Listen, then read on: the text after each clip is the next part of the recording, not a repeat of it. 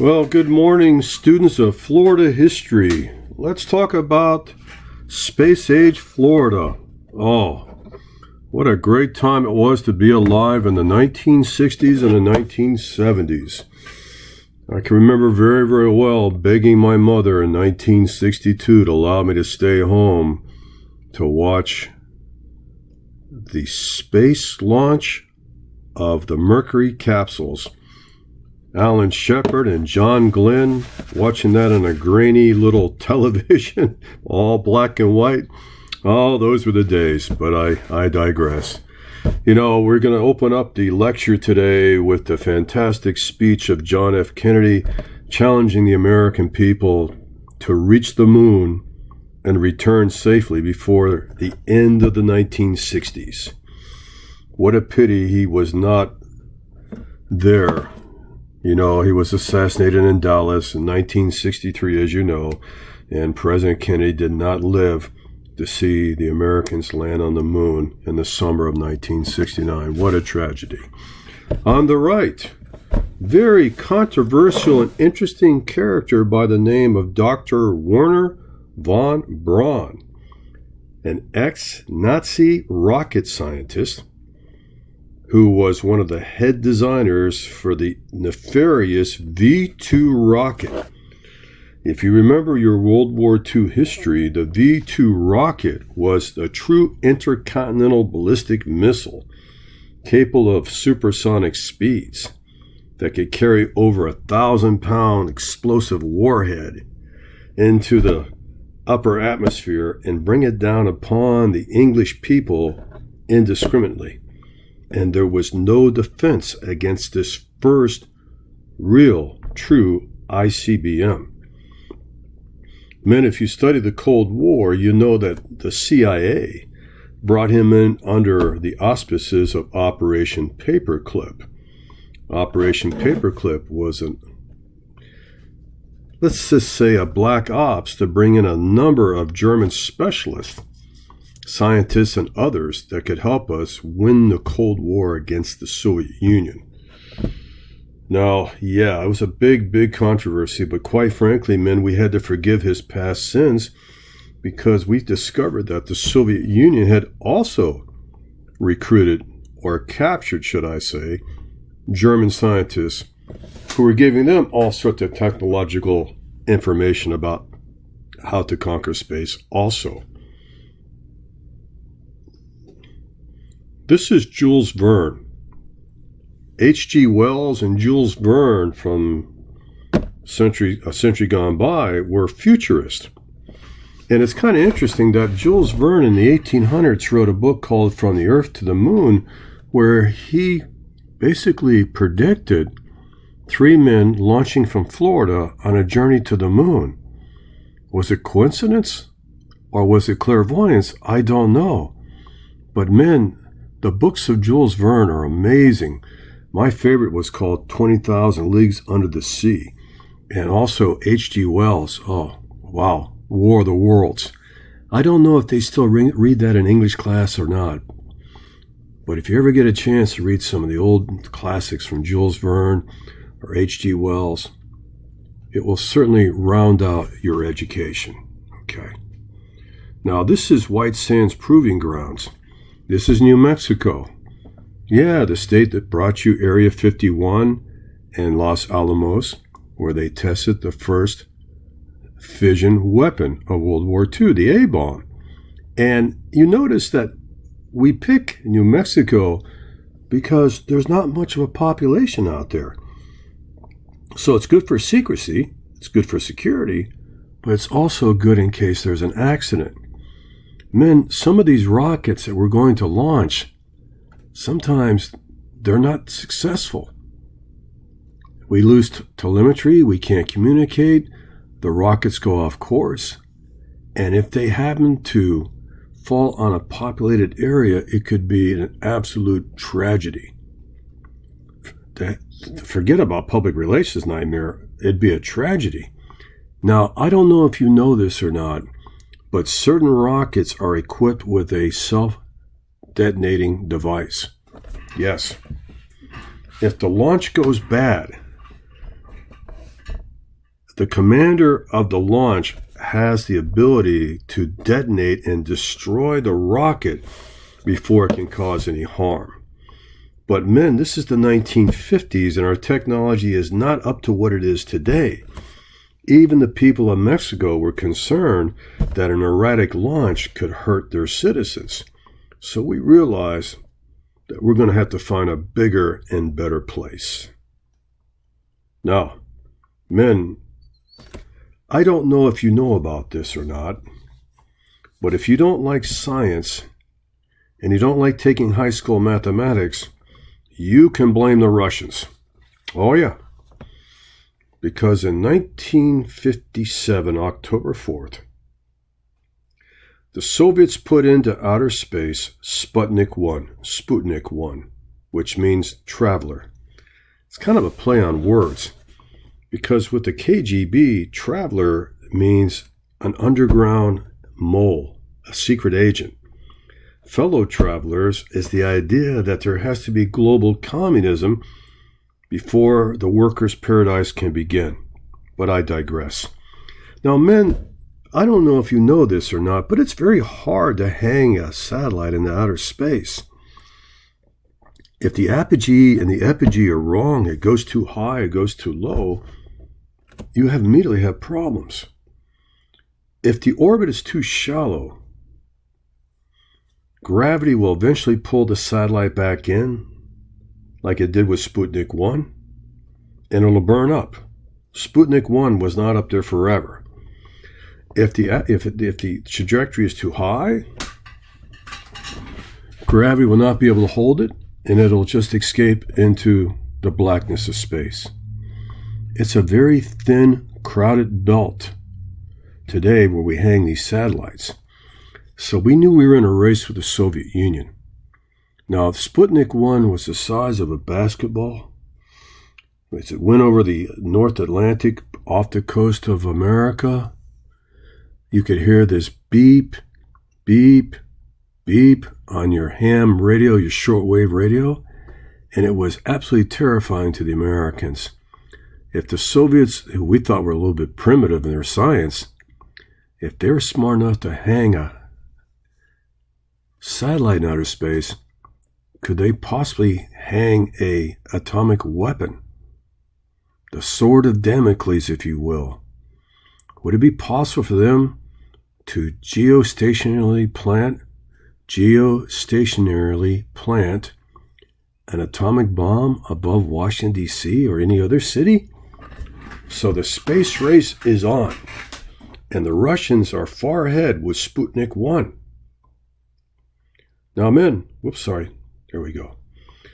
You know, after we leave the testing grounds of New Mexico, we're going to come to the Banana River Naval Station of the 1950s. Right? This is Brevard County, and it's perfect. It's on the water.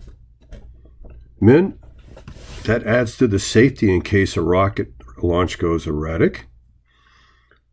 It's kind of interesting to me that the closer to the equator that you go, the easier it is to get rockets using the rotation of the Earth into outer space.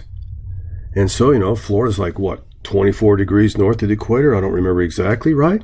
So it has a win-win situation. We can launch rockets over the water. We can use the actual momentum of the Earth's rotation, and this is going to work. Now, that little Navy station, the Banana River Naval Station, is going to later become, in 1949, Patrick Air Force Base.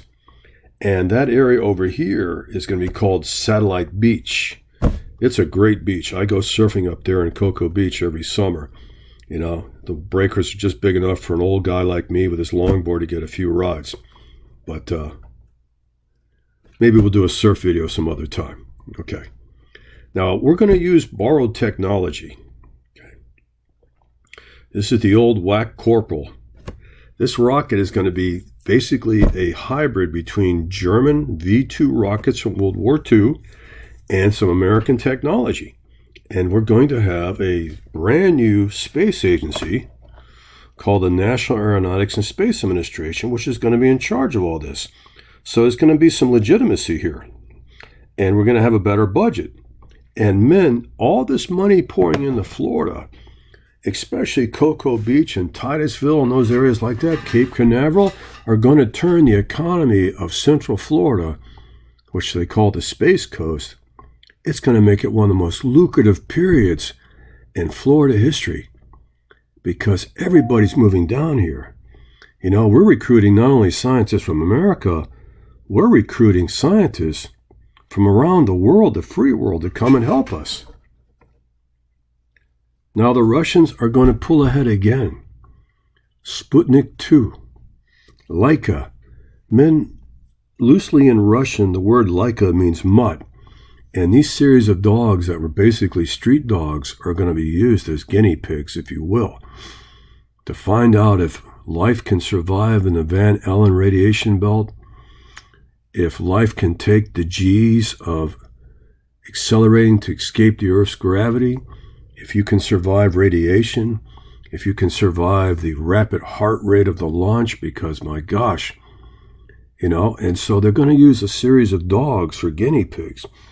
And Laika is going to be the most famous. She's the first. But men, because of the learning curve, the Soviets are going to have problems sustaining the dog's life. The cabin's going to overheat, the dog is going to asphyxiate, and the dog is going to expire. Now, men, later the Soviets will work on successful reentry, but right now, the American people are up in arms.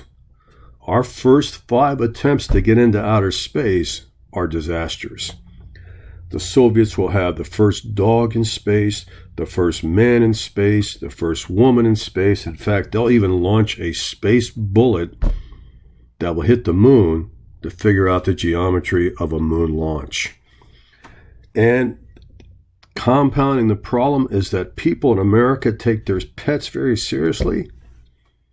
And the idea that a dog, well, the animal rights people are going to go nuts.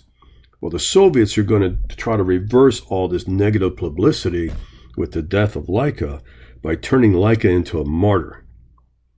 There are statues in stone to Laika. There are trading stamps. You know, if you bought a pack of Russian cigarettes, there was a trading card of Laika. Men, that trading card is one of the big, hot Cold War relics. People that collect Cold War paraphernalia, and I'm one of them, right? Trying to get that stamp or that trading card, right? That's Cold War gold. But the Soviets are going to use this basically as a propaganda tool. Yes, the dog died, but we are so far ahead of the Americans that we are going to celebrate. Now, we're going to strike back. This is Hamm, the space chimp. And they want to know if in outer space, with all that zero gravity and the ability to, you know, basically suffer from vertigo and not know which end is up and which end is down, they sent a trained chimp into space to see if he could do some rudimentary, simple drills, pushing certain buttons on a dashboard, you know, doing certain mental skills that took both agility and coordination. And they want to know the effect of outer space on your ability to function. And even though the flight was less than 17 minutes, it was successful. And we're learning slowly that man can survive in outer space, that man can function in outer space. And even though it's a dangerous environment, we might have the technology to conquer it. And then the Russians strike again. One of their old aviators, Yuri Gagarin, is going to be the first man into outer space. They're going to beat us by a month. Now, Alan Shepard's going to go into outer space. He's going to be the first American to kind of go up and come back down. But John Glenn will be the first American to actually orbit the planet. And there's a great movie called The Right Stuff, and there was a book called The Right Stuff. These original Mercury astronauts, man, they were something else. John Glenn was a fighter pilot. John Glenn fought in the Korean War. He was an incredible man. He was the oldest man to ever go into space. I think he was in his 70s when he went on the space shuttle. Right? These guys, they got the right men for the job. They were confident. They were cocky. They were physically fit and mentally sharp. And you want to read some great stories. Read about our first episodes into space. They don't make Americans like that anymore. At least in my mind, they don't. These guys had everything. They did a great job recruiting these guys. And then slowly but surely, we're pushing the envelope now, men. You know, we're going 22 times around the Earth, right? And we have a progression because Mercury was a single capsule. Gemini is going to be a two-man capsule. And eventually we're going to see if we can actually leave the confines of the space capsule for a spacewalk. And the astronaut Edward White said this was the most fun he ever had in his life. Now, I don't remember what flew out of the cockpit. I thought it was a glove. But out there is another satellite that they filmed by accident when White left the cockpit. Something wasn't strapped down and it flew away. To me, it looked like a glove, and I think the artist is trying to show us a rendition of that. If you know what that is, email me, let me know, because I forgot what came out of the capsule. So, men, we're leading up to having 3 men in a capsule, which is called the Apollo program. And on June 29th, 1969, 5 months before the deadline that President Kennedy set, we successfully landed on the moon with Apollo 11. Neil Armstrong, Edwin Aldrin, and Mike Collins, who stayed behind in the mothership orbiting the moon. And those famous words from Neil Armstrong: one small step for man, one giant leap for mankind. And guys, it's interesting to me is I brought back all these moon rocks. Funny, the moon rocks, right? If you look up the official stone for Florida, the official stone for Florida is called the Moonstone. What I would give to have a rock from the moon. How cool is that? Well, we'll take a look at that video a little bit later. We'll talk about it in detail. But let's continue our quick review, if we will, okay? Now, men, we had Apollo 13, which was the great movie, and I think the program's going to end with Apollo 14, if I remember correctly. And then it's going to be Richard Nixon who's going to save the space program after we went to the moon. Richard Nixon's going to be the impetus behind the space shuttles. The space shuttles were basically a military dump truck. Yeah, I mean that really. Because the space shuttle was basically designed to carry military hardware into outer space. Yeah, it was a glorified dump truck. It was a UPS truck, right? And the idea of a reusable reentry vehicle, that kept the program alive. It also kept Cocoa Beach and Brevard County alive. That's what the problems they're having now, men, is that Brevard County and Cocoa Beach, economically speaking, has kind of been on the decline since the space program has kind of wind down after the 1980s and 90s. They still have the space station, but the golden days of Cocoa Beach was definitely the 1960s and 70s. Men, we lost the Columbia. I believe that was 2003. We lost the Challenger. And, men, these things happen. The Soviet Union lost cosmonauts too. America, astronauts. Soviet Union, cosmonauts. I remember Soyuz 1. And there was a cosmonaut by the name of Vladimir Karmanov, if I remember correctly. And you see, we like to land in the ocean and be retrieved by specially trained Navy divers, aircraft carriers. The Soviet Union launch from Star City in Central Asia, and they come back and they land on the moon, on the surface. They land on the plains. And Soyuz 1 had a parachute failure upon reentry. So, man, there have been some tragedies, but the worst tragedy, I think, for the space program ever was the Challenger. And I was not going to show you this video, but in 1986, I remember very, very well being at school, getting ready to, try to watch the launch on television with the class. And it was a very, very cold day. And there are arguments about the fact it was too cold to go that day, that the temperature caused an O-ring. An O-ring was a device that separated the fuel from the ignition point. And after only 73 seconds, there was a terrible explosion. And